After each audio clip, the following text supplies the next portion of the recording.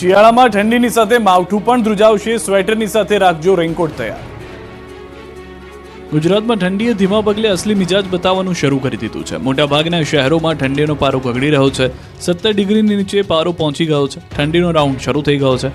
વહેલી સવારે અને રાત્રે હવે સ્વેટર કે ગરમ કપડાં પહેરીને જ બહાર નીકળવું પડે તેવી ઠંડીનો અહેસાસ થઈ રહ્યો છે. હવામાન વિભાગે પણ 3 દિવસમાં કાતલ ઠંડી પડવાની આગાહી કરી છે. ત્યારે આગાહીકાર અંબાલાલ પટેલે ચોંકાવનારી આગાહી કરી. ઠંડીની ઋતુમાં રેકોર્ડ બ્રેક ઠંડી ઉપરાંત માવઠાની પણ ચોંકાવનારી આગાહી અંબાલાલે કરી છે. આગાહીકાર અંબાલાલ પટેલના અનુમાન મુજબ આ વખતે સ્વેટરની સાથે રેઇનકોટ પણ રાખવો પડશે. 20મી નવેમ્બરથી ગુજરાતમાં ઠંડીનો ચમકારો વધશે.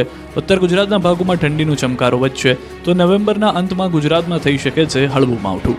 ડિસેમ્બર અંતમાં પણ ગુજરાતમાં થઈ શકે છે માવઠું. 22 થી 27 નવેમ્બરે બંગાળ ઉપસાગરમાં ચક્રવાત થઈ શકે. ચક્રવાતની અસર મહારાષ્ટ્ર ગુજરાત સુધી થઈ શકે.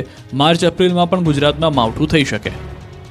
વડોદરામાં બની શોલે ફિલ્મ જેવી ઘટના. ફોનના હપ્તા ન ભરતા ઉઘરાણીથી બચવા યુવાન ટાવર પર ચડી ગયો. હિન્દી ફિલ્મ શોલે જેવા દ્રશ્યો વડોદરાના ડભોઈમાં જોવા મળ્યા, જ્યાં એક વ્યક્તિ ટાવર પર ચડી ગયો. જોકે આ યુવકની હરકત પાછળનું કારણ અલગ છે. મોબાઈલના હપ્તા બાઉન્સ થતા યુવકે તાઇફો કર્યો અને જારોલાવાડી પાસે આવેલા મોબાઈલ ટાવર પર ચડી ગયો. મોબાઈલના હપ્તા બાઉન્સ થતા રિકવરી એજન્ટ ઘરે આવી ગયા હતા. પછી તો શું, યુવક તાઇફો કરવા મોબાઈલના ટાવર પર ચડી ગયો. યુવકની આ હરકતથી આસપાસના લોકો પણ એકઠા થઈ ગયા અને કલાકો સુધી યુવક ટાવર પર જ રહ્યો. જોકે સ્થાનિકોએ મહા મહેનતે સમજાવ્યા બાદ યુવકને નીચે ઉતાર્યો અને તેને ઘરે લઈ જવાયો હતો. અમદાવાદ મુંબઈ નેશનલ હાઈવે પર લાગ્યા વાહનોના થપ્પા. 15 કિલોમીટર લાંબો ટ્રાફિક જામ. સુરતના માંગરોળ તાલુકાના મોટી નરોલી ગામ પાસે અમદાવાદ મુંબઈ નેશનલ હાઈવે 48 પર કિમ નદીના ઓવરબ્રિજ પર ડામર પાથરવાની કામગીરીને લઈને હાઈવે પર લાંબો ટ્રાફિક જામ થયો. 15 કિલોમીટર લાંબા ટ્રાફિક જામનો ડ્રોન નજારો સામે આવ્યો. સુરત જિલ્લામાં પસાર થતા Ahmedabad Mumbai national highway number 48 પર માંગરોળ તાલુકાના મોટી નરોલી ગામ પાસે કિમ નદીના ઓવરબ્રિજ પર NHAI વિભાગની ટીમ દ્વારા મેન્ટેનન્સની કામગીરી હાથ ધરવામાં આવી. બ્રિજની એક લાઇન બ્લોક કરવામાં આવતા ટ્રાફિકની સમસ્યા ઊભી થઈ છે. નેશનલ હાઈવે 48 પર છેલ્લા 12 કલાકથી 15 કિલોમીટર લાંબો ટ્રાફિક જામ થયો છે, જેને લઈને વાહન ચાલકો તોબા તોબા પોકારી ઉઠ્યા છે. ટ્રાફિકથી ત્રાસી જઈને નેશનલ હાઈવે નજીક આવેલા ગામોમાં હવે વાહનો ઘૂસી રહ્યા છે અને પોતાનો સમય વેડફાટ ન થાય તે માટે ગ્રામીણ રસ્તાઓ પરથી સુરત બાજુ જઈ રહ્યા છે. તેમજ કોઈ પણ કટમાંથી વાહનો રોંગ સાઈડમાં ન ઘૂસે તે માટે કોસંબા પોલીસના જવાનો દરેક કટ પર ઊભા રહી ગયા છે, જેને લઈને બંને બાજુની લાઇન જામ ન થાય. ત્યારે NHAI વિભાગ ઝડપથી કામગીરી પૂર્ણ કરી હાઈવે ખુલ્લો કરાવે એ હાલ જરૂરી છે. રાજકોટ નાગરિક સહકારી બેંકની 28 વર્ષ પછી યોજાઈ ચૂંટણી. સરેરાશ 96.39% મતદાન થયું. ભાજપના જ બે જૂથ વચ્ચે કાંટાની ટક્કર.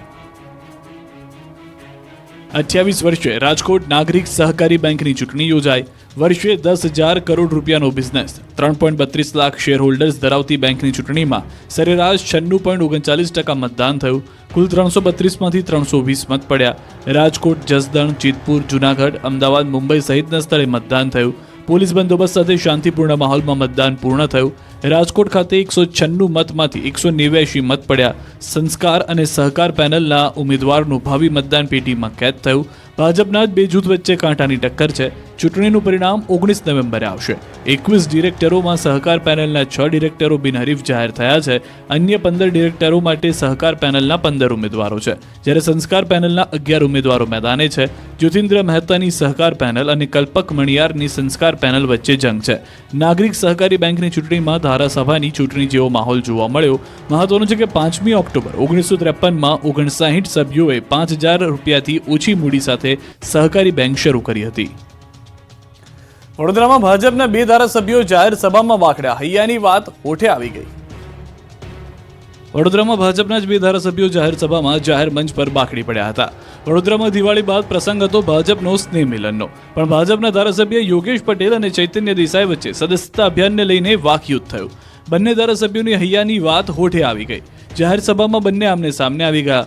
વડોદરા શહેરના માંજલપુર વિસ્તારમાં યોજાયેલા સ્નેહ મિલન સમારોહમાં માંજલપુરના ધારાસભ્ય યોગેશ પટેલે આકોટાના ધારાસભ્ય ચૈતન્ય દેસાઈનું નામ લઈને આકોટા વિધાનસભાને બનાવેલા સદસ્યો સામે શંકા વ્યક્ત કરીને તપાસનો વિષય છે તેવી ટિપ્પણી કરી. સદસ્યતા અભિયાન સામે સવાલો ઉઠાવ્યા. તેઓએ સસલા અને કાચબાની વાર્તાનું ઉદાહરણ આપીને કાચબો આગળ નીકળી ગયો તેવો કટાક્ષ કર્યો, જેને લઈને આકોટા વિધાનસભા યોજાયેલા સ્નેહ મિલન કાર્યક્રમમાં ધારાસભ્ય ચૈતન્ય દેસાઈએ સિનિયર ધારાસભ્ય યોગેશ પટેલ પર પલટવાર કર્યો.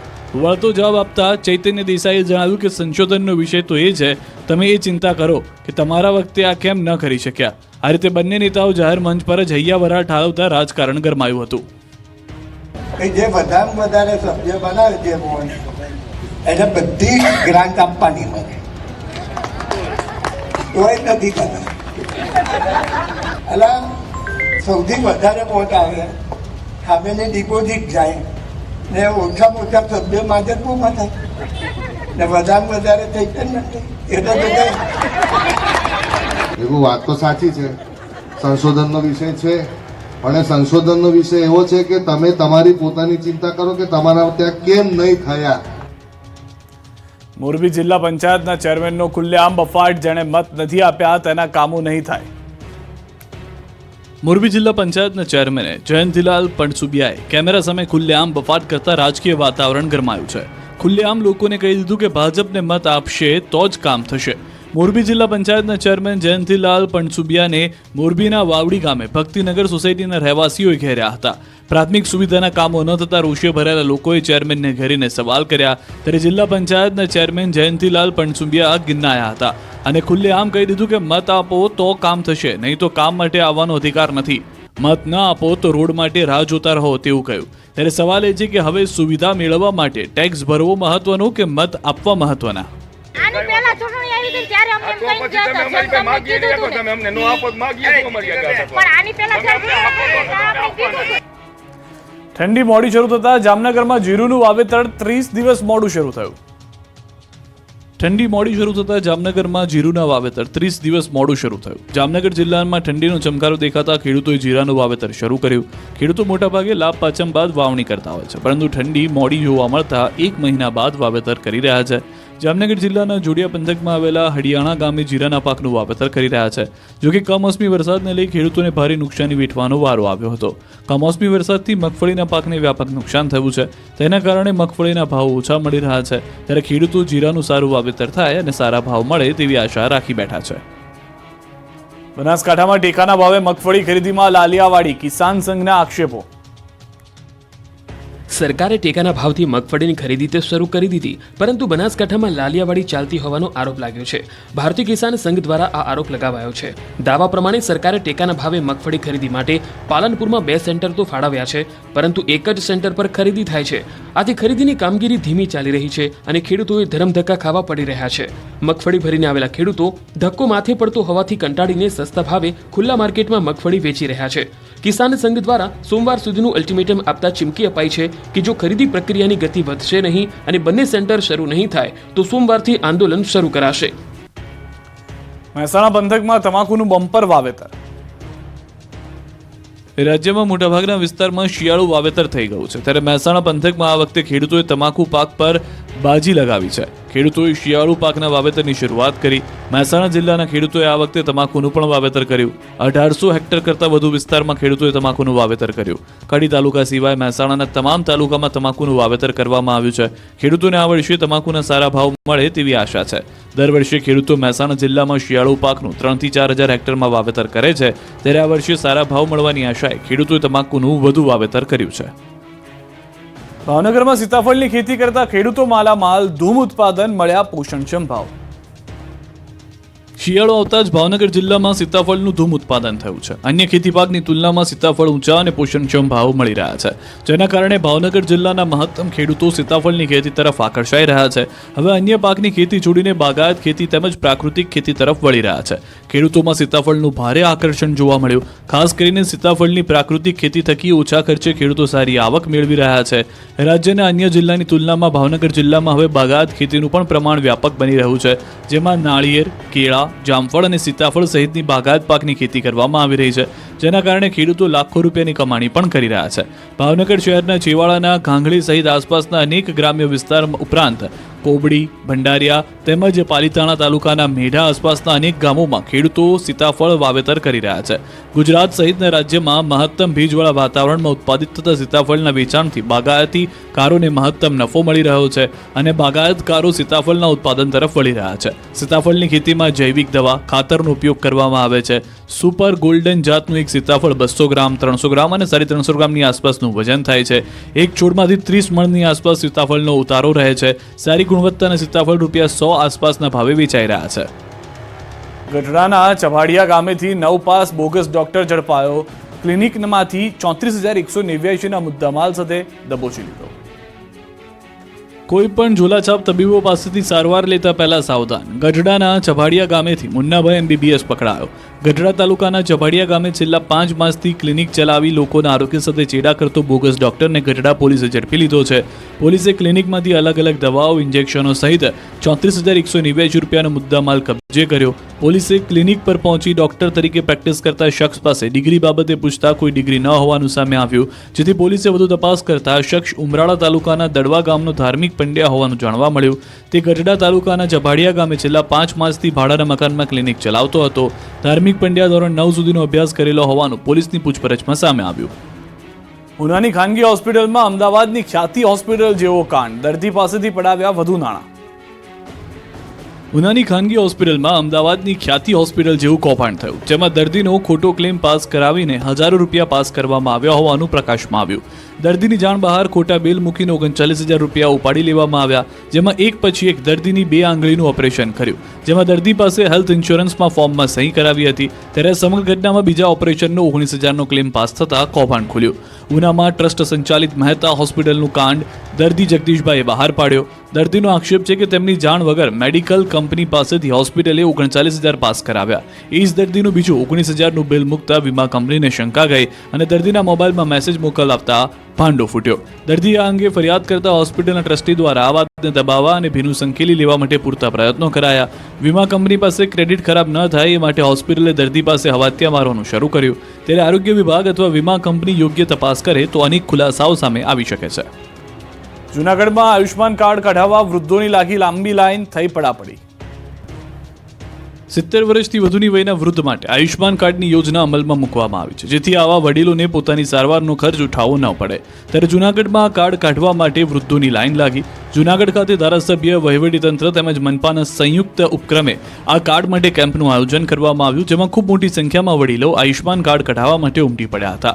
કાર્ડ માટે આવતા લાભાર્થીઓએ પણ સરકારનો આભાર માન્યો હતો. દાહોદ જિલ્લામાં નકલી એને હુકમને લઈને મોટો ખુલાસો. 85માંથી 76 સર્વે નંબર નકલી હુકમથી એને કરાયાનો પર્દાફાશ. દાહોદ જિલ્લામાં નકલી અને હુકમના વિવાદને લઈને તપાસનો ધમધમાટ ચાલી રહ્યો છે. દરરોજ નવા ખુલાસા થઈ રહ્યા છે. ત્યારે હવે સૌથી મોટો ધડાકો તપાસમાં થયો છે. કલેક્ટરે બનાવેલી સમિતિએ તપાસ કરતા અનેક ભેદ ખુલ્યા છે. બાકી રહેલા 85માંથી 76 સર્વે નંબર નકલી હુકમથી એને કરાયા હોવાનો પર્દાફાશ થયો છે. 9 સર્વે નંબરના જ હુકમો સાચા નીકળ્યા. તાલુકા પંચાયત અને સિટી સર્વેના નકલી હુકમો મળ્યા. નકલી અને હુકમોના કૌભાંડમાં 219 શંકાસ્પદ સર્વે નંબરમાંથી 134 સર્વે નંબરો મામલે જુદા 4 ગુના દાખલ કરવામાં આવ્યા. બાકી રહેલા 85 સર્વે નંબરના કાગળો જ નહીં મળતા હોવાની વાતથી અનેક ચર્ચાએ જોર પકડ્યું છે. 5મી ડિસેમ્બરે નરેન્દ્ર મોદી સ્ટેડિયમ જય સ્વામિનારાયણના નાદથી ગુંજશે. સુવર્ણ મહોત્સવને લઈને ફ્લાઇટના ભાડા આસમાને. પ્રમુખ સ્વામી મહોત્સવ બાદ સ્વામિનારાયણ BAPS સંસ્થાના બીજા સુવર્ણ મહોત્સવમાં ઇતિહાસ રચાશે. 5મી ડિસેમ્બરે અમદાવાદના નરેન્દ્ર મોદી સ્ટેડિયમ જય સ્વામિનારાયણ નાદથી ગુંજી ઉઠશે.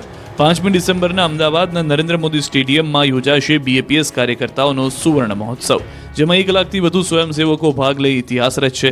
દેશ વિદેશથી BAPSના કાર્યકર્તા આવશે. આમ પણ નવેમ્બર-ડિસેમ્બરનો મહિનો પ્રવાસનો મહિનો ગણાય છે. પ્રસિદ્ધ રણોત્સવ માટે પણ બહારથી લોકો આવતા હોય છે. એટલે નવેમ્બર-ડિસેમ્બરમાં ડોમેસ્ટિક અને ઇન્ટરનેશનલ ફ્લાઇટો ફૂલ થઈ જતી હોય છે. તેમાં પણ દિલ્હી અને મુંબઈની ફ્લાઇટના ભાડા સામાન્ય દિવસમાં 3,000 થી 6,000 હોય છે. આ કાર્યક્રમ દરમિયાન 10,000 થી 12,000 વન વે ભાડું છે. અમેરિકા લંડનથી આવતી ફ્લાઇટનું ભાડું 1.25 લાખ થી 1.5 લાખ હોય છે, જે આ કાર્યક્રમ આસપાસ 1.5 લાખ થી 2 લાખ આસપાસ થઈ ગયું છે. ધંધુકાના આખરૂ ગામે પદ્મશ્રી જોરાવરસિંહ જાદવના સ્વપ્નનું મૂર્તિમંત સ્વરૂપ વિરાસત લોકકલા સંગ્રહાલય શરૂ. ધંધુકાના આંકરૂ ગામે પદ્મશ્રી જોરાવરસિંહ જાદવના સ્વપ્નનું મૂર્તિમંત સ્વરૂપ વિરાસત લોકકલા સંગ્રહાલય બનીને તૈયાર થઈ ગયું છે, જેનું લોકાર્પણ મુખ્યમંત્રી ભૂપેન્દ્ર પટેલના હસ્તે થયું. અમદાવાદના ધંધુકાના આંકરૂ ગામે વિરાસત એક અનોખું ગ્રામીણ મ્યુઝિયમનું ઉદ્ઘાટન કરાયું. ઉદ્ઘાટન પ્રસંગે પૂર્વ મુખ્યમંત્રી શંકરસિંહ વાઘેલા, વજુભાઈ વાળા સહિત અનેક રાજકીય સામાજિક મહાનુભાવોએ પણ કાર્યક્રમમાં હાજરી આપી. આ મ્યુઝિયમને બનાવવા પાછળ 3 વર્ષનો સમય લાગ્યો. એક અસલ લોકકલા અને લોક સંસ્કૃતિ ઉજાગર કરતું અનોખું મ્યુઝિયમ તૈયાર કરાયું. વિરાસત લોકકલા સંગ્રહાલયમાં હડપ્પન સંસ્કૃતિ કાળના અને કચ્છના માટીકામના કલાત્મક વાસણોના નમૂનાઓ, ગુજરાતના લોક કલાકારોના કાર્યક્રમોની જીવંત તસવીર, ગુજરાતના લગભગ પ્રતિષ્ઠિત ચિત્રકારો, મોગલ સમયથી માંડીને ભારતના વિવિધ રાજ્યોના રાજવીઓના પ્રાચીન સિક્કાઓ તેમજ રાજવીઓની વિરાસત અને કલાપ્રિયતા પરના 100 ઉપરાંત પુસ્તકો જોવા મળશે. આકરુ ગામના ખેડૂત પુત્રની દિલ્હીના દરબાર સુધીની યશસ્વી અને અનેક પ્રેરક જીવનયાત્રા પ્રદર્શિત કરવામાં આવી છે. વિરાસત મ્યુઝિયમ સવારે 10 થી સાંજના 5 વાગ્યા સુધી મુલાકાતીઓ માટે ખુલ્લું રહેશે. જામખંભાળિયામાં તંત્રના પાપે વાહન ચાલકો પરેશાન. કેનેડી પુલ બાદ ડાયવર્ઝન પણ ધોવાયું. જામખંભાળિયા નગરપાલિકા લોકોને સુવિધા આપવામાં નિષ્ફળ સાબિત થયું છે. તંત્રના પાપે લોકોને હેરાન થવાનો વારો આવ્યો છે.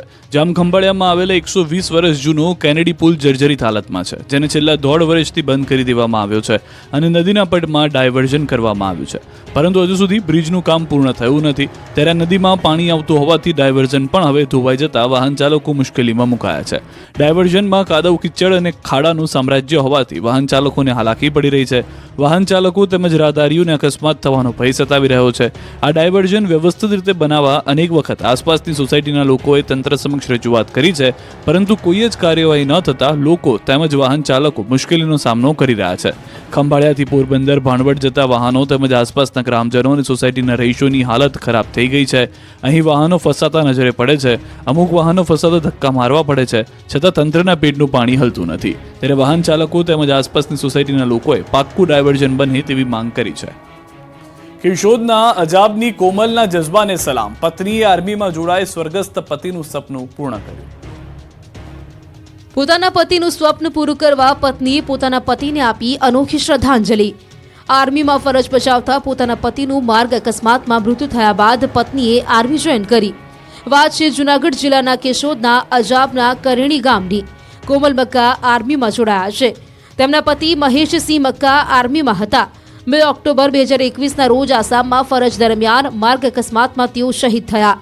પતિનું નિધન થતાં પરિવાર પર આભ ફાટ્યું હતું અને કોમલ મક્કા પોતાના 5 વર્ષના પુત્ર સાથે એકલા થઈ ગયા હતા.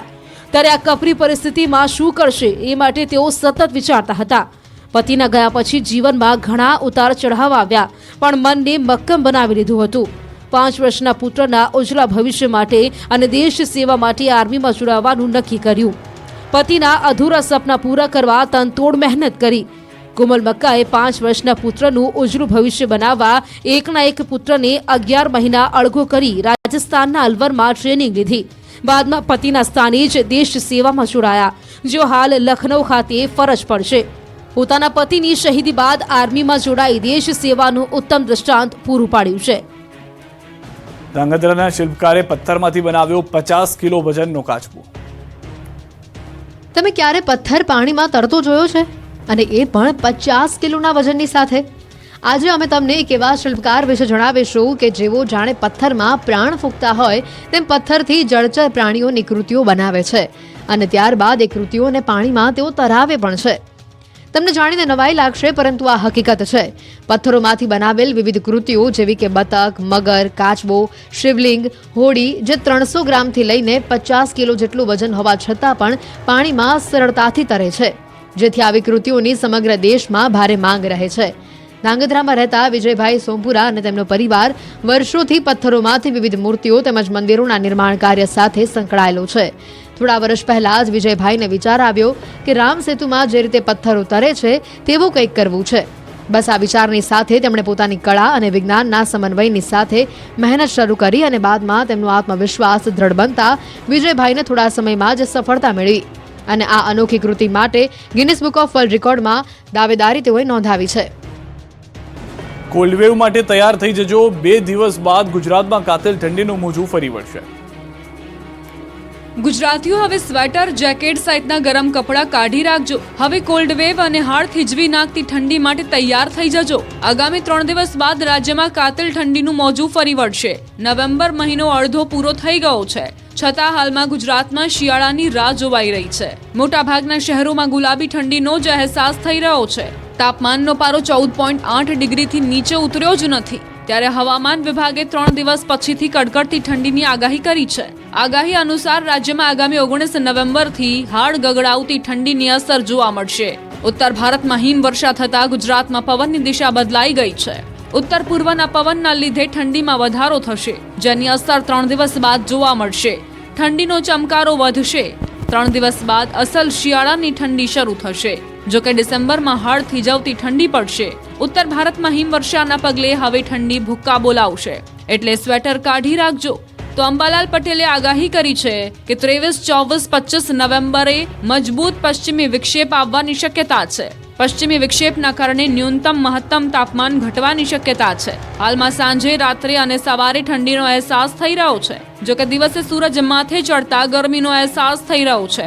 સૌથી ઓછું તાપમાન ગાંધીનગરમાં 14.8 ડિગ્રી નોંધાયું. आने वाले दिन में 2 से 3 डिग्री सेंटीग्रेड डाउन होने का पूर्वानुमान दिया गया है. શિયાળામાં ઠંડીની સાથે માવઠું પણ ધ્રુજાવશે. સ્વેટરની સાથે રાખજો રેનકોટ તૈયાર. ગુજરાતમાં ઠંડીએ ધીમા પગલે અસલી મિજાજ બતાવવાનું શરૂ કરી દીધું છે. મોટાભાગના શહેરોમાં ઠંડીનો પારો ગગડી રહ્યો છે. 17 ડિગ્રીની નીચે પારો પહોંચી ગયો છે. ઠંડીનો રાઉન્ડ શરૂ થઈ ગયો છે.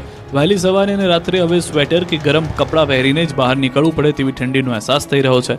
હવામાન વિભાગે પણ 3 દિવસમાં કાતલ ઠંડી પડવાની આગાહી કરી છે. ત્યારે આગાહીકાર અંબાલાલ પટેલે ચોંકાવનારી આગાહી કરી.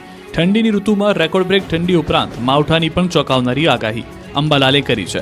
આગાહીકાર અંબાલાલ પટેલના અનુમાન મુજબ આ વખતે સ્વેટરની સાથે રેઇનકોટ પણ રાખવો પડશે. 20મી નવેમ્બરથી ગુજરાતમાં ઠંડીનો ચમકારો વધશે. ઉત્તર ગુજરાતના ભાગોમાં ઠંડીનો ચમકારો વધશે તો નવેમ્બરના અંતમાં ગુજરાતમાં થઈ શકે છે હળવું માવઠું. ડિસેમ્બર અંતમાં પણ ગુજરાતમાં થઈ શકે છે માવઠું. 22 થી 27 નવેમ્બરે બંગાળ ઉપસાગરમાં ચક્રવાત થઈ શકે. ચક્રવાતની અસર મહારાષ્ટ્ર, ગુજરાત સુધી થઈ શકે.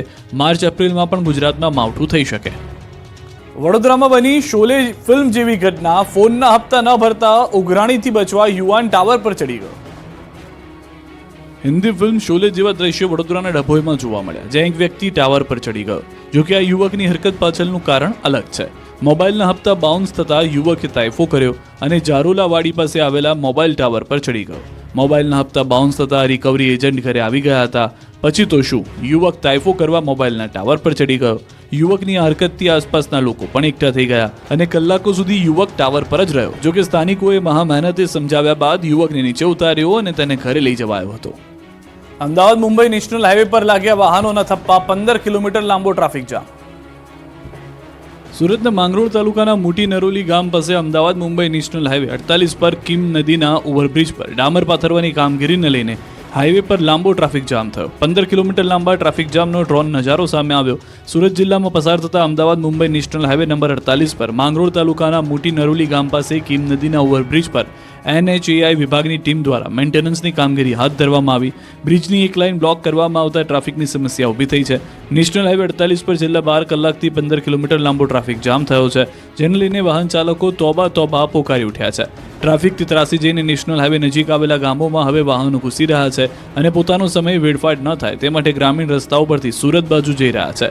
તેમજ કોઈ પણ કટમાંથી વાહનો રોંગ સાઈડમાં ન ઘૂસે તે માટે કોસંબા પોલીસના જવાનો દરેક કટ પર ઊભા રહી ગયા છે, જેને લઈને બંને બાજુની લાઇન જામ ન થાય. ત્યારે NHAI વિભાગ ઝડપથી કામગીરી પૂર્ણ કરી હાઈવે ખુલ્લો કરાવે એ હાલ જરૂરી છે. રાજકોટ નાગરિક સહકારી બેંકની 28 વર્ષ પછી યોજાઈ ચૂંટણી. સરેરાશ 96.39% મતદાન થયું. ભાજપના જ બે જૂથ વચ્ચે કાંટાની ટક્કર. 28 વર્ષે રાજકોટ નાગરિક સહકારી બેંકની ચૂંટણી યોજાઈ. વર્ષે 10,000 કરોડ રૂપિયાનો બિઝનેસ, 3.32 લાખ શેર હોલ્ડર્સ ધરાવતી બેંકની ચૂંટણીમાં સરેરાશ 96.39% મતદાન થયું. કુલ 332માંથી 320 મત પડ્યા. રાજકોટ, જસદણ, જેતપુર, જૂનાગઢ, અમદાવાદ, મુંબઈ સહિતના સ્થળે મતદાન થયું. પોલીસ બંદોબસ્ત સાથે શાંતિપૂર્ણ માહોલમાં મતદાન પૂર્ણ થયું. રાજકોટ ખાતે 196 મતમાંથી 189 મત પડ્યા. સંસ્કાર અને સહકાર પેનલના ઉમેદવારનું ભાવિ મતદાન પેટીમાં કેદ થયું. ભાજપના જ બે જૂથ વચ્ચે કાંટાની ટક્કર છે. ચૂંટણીનું પરિણામ 19 નવેમ્બરે આવશે. 21 ડિરેક્ટરોમાં સહકાર પેનલના 6 ડિરેક્ટરો બિનહરીફ જાહેર થયા છે. અન્ય 15 ડિરેક્ટરો માટે સહકાર પેનલના 15 ઉમેદવારો છે, જ્યારે સંસ્કાર પેનલના 11 ઉમેદવારો મેદાને છે. જ્યોતિન્દ્ર મહેતાની સહકાર પેનલ અને કલ્પક મણિયારની સંસ્કાર પેનલ વચ્ચે જંગ છે.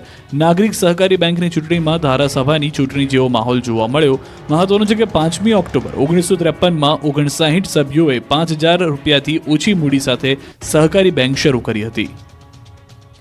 વડોદરામાં ભાજપના બે ધારાસભ્યો જાહેર સભામાં વાકડ્યા. હૈયાની વાત હોઠે આવી ગઈ. વડોદરામાં ભાજપના જ બે ધારાસભ્યો જાહેર સભામાં જાહેર મંચ પર બાકડી પડ્યા હતા. વડોદરામાં દિવાળી બાદ પ્રસંગ હતો ભાજપનો સ્નેહ મિલનનો, પણ ભાજપના ધારાસભ્ય યોગેશ પટેલ અને ચૈતન્ય દેસાઈ વચ્ચે સદસ્યતા અભિયાનને લઈને વાકયુદ્ધ થયું. બંને ધારાસભ્યોની હૈયાની વાત હોઠે આવી ગઈ. જાહેર સભામાં બંને આમને સામને આવી ગયા.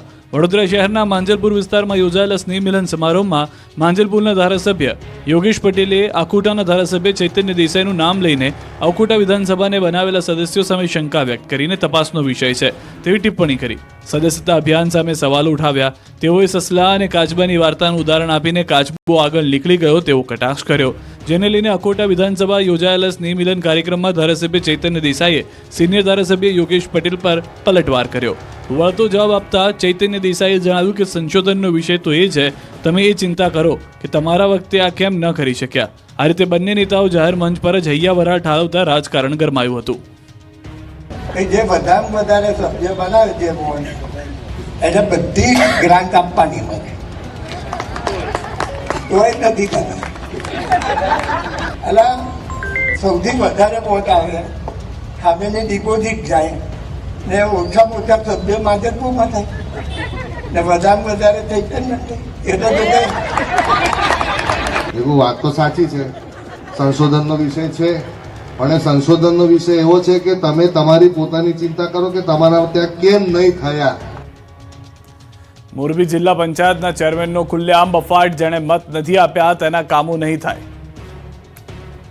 મોરબી જિલ્લા પંચાયતના ચેરમેને જયંતિલાલ પણસુબિયાએ કેમેરા સામે ખુલ્લેઆમ બફાટ કરતા રાજકીય વાતાવરણ ગરમાયું છે.